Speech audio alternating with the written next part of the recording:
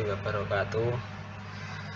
Saya Anantya Putra, NIM 202141004 akan menjawab pertanyaan dari Pak Irfai,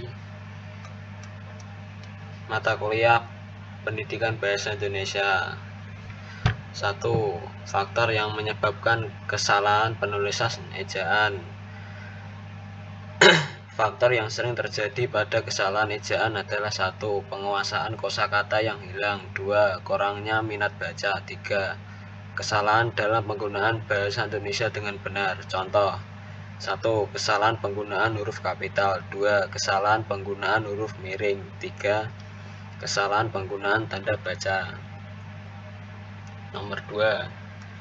Jelaskan bagaimana langkah membedakan kutipan langsung dan tidak langsung.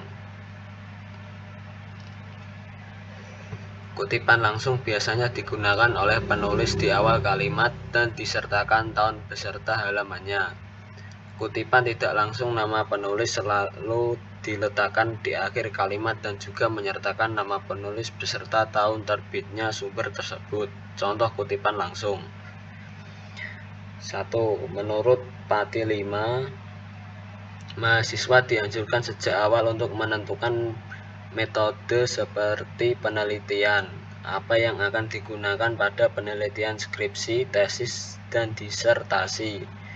Mahasiswa perlu memasukkan pandangan yang luas dalam suatu penelitian, yaitu suatu pandangan yang mendukung asumsi ontologis, epistemologis, aksiologis, dan metodologis, kualitatif dan kuantitatif.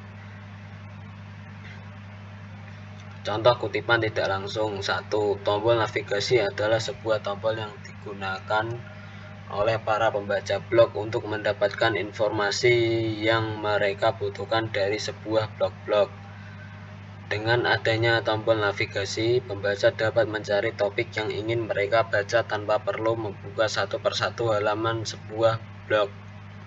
Wahyu Syaban, Build Your Blogger XML Template. 3. Jelaskan perbedaan biografi dan bibliografi. 1. Biografi merupakan sebuah tulisan di mana berisi penjelasan tentang kisah dan berbagai keterangan dari seseorang. Secara ringkasnya dapat disebut pula dengan riwayat hidup orang lain dan biasanya mempunyai dampak secara luas. 2. Bibliografi adalah daftar putar yang mencakup isi dan deskripsi sebuah buku. Hal tersebut meliputi judul, pengarang, edisi, cetakan, kota penerbit, dan nama penerbit, tahun penerbit, dan jumlah halaman. Contoh biografi dan bibliografi. 1. Biografi. Maradona merupakan pemain sepak bola asal Argentina. Ia lahir pada 30 Oktober 1960. Ia mendapat julukan Tangan Tuhan karena gol yang ia cetak pada Piala Dunia 1986 ketika melawan Inggris. Maradona merupakan pemain sepak bola berbakat. Setelah pensiun sebagai pemain, ia berkarir sebagai pelatih tim sepak bola. Beberapa yang pernah ia latih antara lain tim nasional Argentina, klub bola Always, Tekstil Mandiu, Dorados Racing Club, dan Fujairah. Sampai saat kematiannya pada 25 November 2020, ia menjabat sebagai pelatih tim Gimnasia La Plata. Yang kedua, contoh bibliografi. Ipeng Pranama, AN 1985, Bintang Nusantara, Jakarta, Gramedia, Depdikbud 1989. Kisah seorang pelajar, Jakarta, Balai Pustaka. Yang keempat, jelaskan perbedaan makna antara pukul dan jam. kata jam menunjukkan masa atau jangka waktu yang sering juga kita sebut sebagai durasi. Sedangkan penggunaan kata pukul adalah untuk menunjukkan saat waktu di mana peristiwa akan terjadi. Contoh, kata jam, benda penunjuk waktu seperti arloji. Yang kedua, contoh kata pukul, rapat itu akan dimulai pada pukul 10. Yang kelima, bahasa berdasarkan hakikatnya merupakan sistem bunyi bermakna. Tentang bahasa adalah sistem lambang atau simbol bunyi yang berkembang berdasarkan suatu aturan yang disepakati oleh pemakainya. Setiap lambang bahasa memiliki makna atau konsep karena setiap lambang bunyi itu memiliki atau menyatakan suatu konsep atau makna. Maka dapat disimpulkan bahwa setiap suatu ujaran bahasa memiliki makna. Misalnya, lambang bahasa yang berbunyi kursi mengandung konsep atau makna sesuatu yang dipakai sebagai tempat duduk. Yang keenam, jelaskan kenapa sering terjadi kesalahan penulisan tanda koma. Tanda koma banyak disalahkan penggunaannya pada kondisi berikut. 1. Pemisah unsur rincian dalam kalimat. Pada rincian terakhir yang biasanya diikuti kata hubung, sebelumnya tetap diberi tanda koma. Yang 2. Pemisah antara anak kalimat yang mendahului induk kalimat. Hal ini tidak berlaku bila induk kalimat yang mendahului anak kalimat. Yang ketiga, penggunaan mengikuti kata hubung. Tanda koma terletak sebelum kata hubung yang terletak di tengah kalimat dan setelah kata hubung yang terletak di akhir kalimat. Contoh, yang pertama, aku hanya membawa buku, tas, dan pensil. Yang kedua, Putra pergi bersama Anam, Kukuh, dan Wahyu. Yang ketiga, adik tidak mau sekolah lagi karena diejek oleh teman-temannya. Yang keempat, dia sangat pandai bergaul di luar tetapi sangat diam jika di dalam rumah. Yang ketujuh, apa perbedaan dari tanda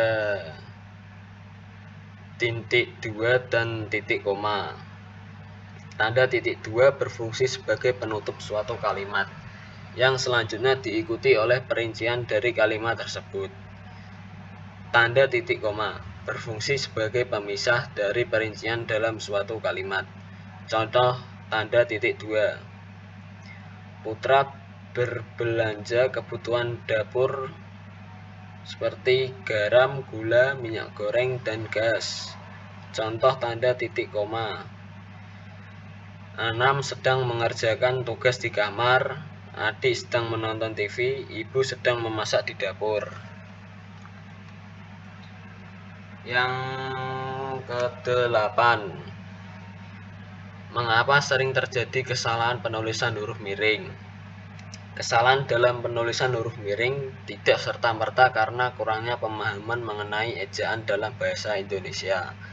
Akan tetapi, bisa jadi karena kurang teliti dalam penulisannya. Bisa jadi seorang penulis kurang fokus atau konsentrasi dalam penulisan tersebut. Contoh, peraturan di tempat ini sudah jelas, dilarang merokok. Yang benar, peraturan di tempat ini sudah jelas dilarang merokok. Dilarang merokoknya huruf miring. Yang kedua, saya menemukan informasi tersebut baru saja di Twitter. Saya menemukan informasi tersebut baru saja di Twitter.